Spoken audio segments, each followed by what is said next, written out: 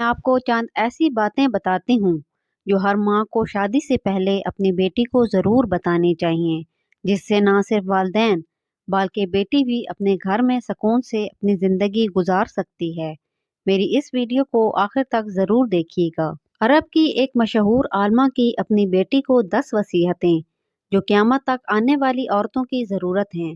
Number 1، میری پیاری بیٹی، میری آنکھوں کی ٹھنڈک، شوہر کے گھر جا کر قناعت والی زندگی گزارنے کا اہتمام کرنا۔ جو دال روٹی ملے اس پر راضی رہنا، جو روکھی سوکھی شوہر کی خوشی کے ساتھ مل جائے وہ اس مرغ پلاؤ سے بہتر ہے جو تمہارے اصرار کرنے پر اس نے ناراضگی سے دیا ہو۔ نمبر 2، میری پیاری بیٹی، اس بات کا خیال رکھنا کہ اپنے شوہر کی بات کو ہمیشہ توجہ سے سننا اور اس کو اہمیت دینا اور ہر حال میں ان کی بات پر عمل کرنے کی کوشش کرنا۔ اس طرح تم ان کے دل میں جگہ بنا لو گی، کیونکہ اصل آدمی نہیں، آدمی کا کام پیارا ہوتا ہے۔ نمبر 3، میری پیاری بیٹی، اپنی زینت و جمال کا ایسا خیال رکھنا کہ جب وہ تجھے نگاہ بھر کے دیکھے تو اپنے انتخاب پر خوش ہو اور سادگی کے ساتھ جتنی استطاعت ہو خوشبو کا اہتمام ضرور کرنا، اور یاد رکھنا کہ تیرے جسم اور لباس کی کوئی بو یا کوئی بری حیت اسے نفرت اور کراہت نہ دلائے۔ نمبر 4، میری پیاری بیٹی، اپنے شوہر کی نگاہ میں بھلی معلوم ہونے کے لیے اپنی آنکھوں کو سرمے اور کاجل سے حسن دینا، کیونکہ پرکشش آنکھیں پورے وجود کو دیکھنے والے کی نگاہوں میں جچا دیتی ہیں۔ غسل اور وضو کا اہتمام کرنا کہ یہ سب سے اچھی خوشبو ہے اور لطافت کا بہترین ذریعہ ہے۔ نمبر 5، میری پیاری بیٹی، ان کا کھانا وقت سے پہلے ہی اہتمام سے تیار رکھنا، کیونکہ دیر تک برداشت کی جانے والی بھوک بھڑکتے ہوئے شعلے کی مانند ہو جاتی ہے، اور ان کے آرام کرنے اور نیند پوری کرنے کے اوقات میں سکون کا ماحول بنانا، کیونکہ نیند ادھوری رہ جائے تو طبیعت میں غصہ اور چڑچڑاپن پیدا ہو جاتا ہے۔ نمبر 6، میری پیاری بیٹی، ان کے گھر اور ان کے مال کی نگرانی، یعنی ان کے بغیر اجازت کوئی گھر میں نہ آئے اور ان کا مال لغویات، نمائش و فیشن میں برباد نہ کرنا، کیونکہ مال کی بہتر نگہداشت حسن انتظام سے ہوتی ہے اور اہل و عیال کی بہتر حفاظت حسن تدبر سے۔